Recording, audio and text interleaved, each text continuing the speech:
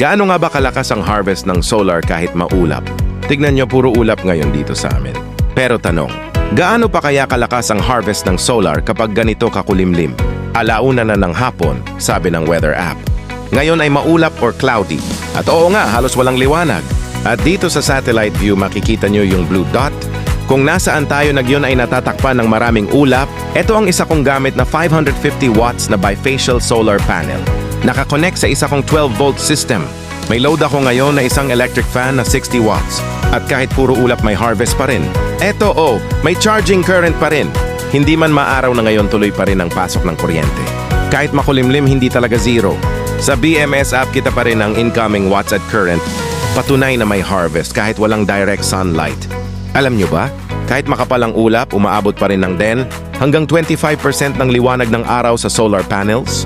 Mas nakakakuha pa ng energy, yung bifacial type. Kasi kahit yung reflected light mula sa lupa ay naa-absorb pa rin niya. At kung may MPPT controller ka, mas efficient siyang mag-adjust sa mahinang liwanag. Kaya tuloy ang charge kahit mahina ang araw. Kaya kung solar user ka, tandaan mo, kahit maulap may harvest pa rin. Literal! Like Moto kung gusto mo pa ng real-world solar tests.